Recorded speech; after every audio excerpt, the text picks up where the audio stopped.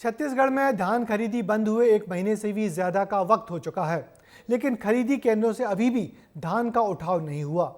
महासमुंद के खरीदी केंद्रों पर खुले आसमान के नीचे लाखों क्विंटल धान रखा है। खुली धूप में रखने से अब धान का वजन भी कम होता जा रहा है। देखिए ये रिपोर्ट।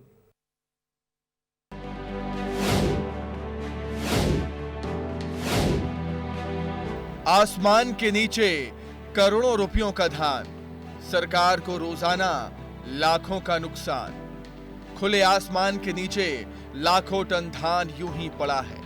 धान खरीदी बंद हुए 1 महीने से ज्यादा का वक्त बीत चुका है, लेकिन ये धूप में पड़ा है।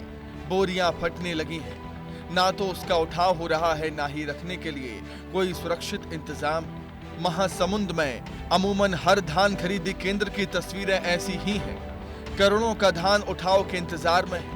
समिति प्रबंधक चिंता में है, क्योंकि इससे रोजाना लाखों का नुकसान हो रहा है। धान खरीदी समाप्त हुए लगभग 1 महीने से अधिक हो गए हैं, लेकिन चिंता अब इस बात की है कि धान खरीदी केंद्रों में धान के स्टॉक पड़े हुए हैं। उठाव जो है धीमी गति से हो रहा है, जिससे खरीदी केंद्र की प्रभारियों की चिंता बढ़ गई है। प्रदेश में 149,25,000 मीट्रिक टन धान की खरीदी हुई। महासमुंद में 11,04,000 मीट्रिक टन धान की खरीदी हुई। धीमी रफ्तार से हो रहा है धान का उठाव। 2 लाख मीट्रिक टन का उठाव होना अभी बाकी है। 620 करोड़ रुपए की धान खुले में पड़ी है। खुले में होने के चलते धान सूख रही है। प्रति क्विंटल 4 किलो तक वजन कम हुआ। खरीदी केंद्र के प्रभारियों को इस बात की चिंता सता रही है कि जो धान सूख रहा है उसकी भरपाई कौन करेगा। धान खरीद 30 जनवरी से खत्म हो गया है। अभी हो गया 28 फरवरी, मार्च आ गया, धान उठाव नहीं हो रहा है। तो बहुत धीमी है परिवहन। धान उठाव जो हो रहा है उसमें भी साटे जा रहा है और आगे और ज्यादा साटे जाने की संभावना है। 1 महीना हो गया खरीदी बंद और उठाव नहीं हुआ है। अभी तक 22,000 बोरा बचा हुआ है। बहुत नुकसान होगा, हम लोग को भरपाई के लिए बहुत दिक्कत होगा, इसलिए शासन से हम लोग लेटर भी जारी किए हैं। इधर कलेक्टर का कहना है कि धान के उठाव में कुछ दिक्कतें आई हैं, जिनका समाधान कर दिया जाएगा।